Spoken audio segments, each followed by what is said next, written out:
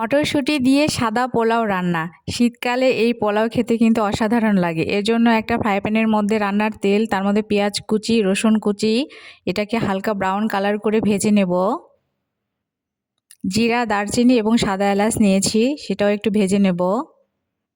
পোলাওয়ের চালটা আমি ধুয়ে রেখেছিলাম, তো ওটা দিয়ে দিলাম, ভালোভাবে একটু ভেজে নেব। এরপরে কাঁচা মরিচ গোটা গোটা দিলাম। আমার কাছে বাটা মশলা ছিল 2 চামচ দিয়েছি। এর মধ্যে মটরশুঁটিটাও দিয়ে দিব।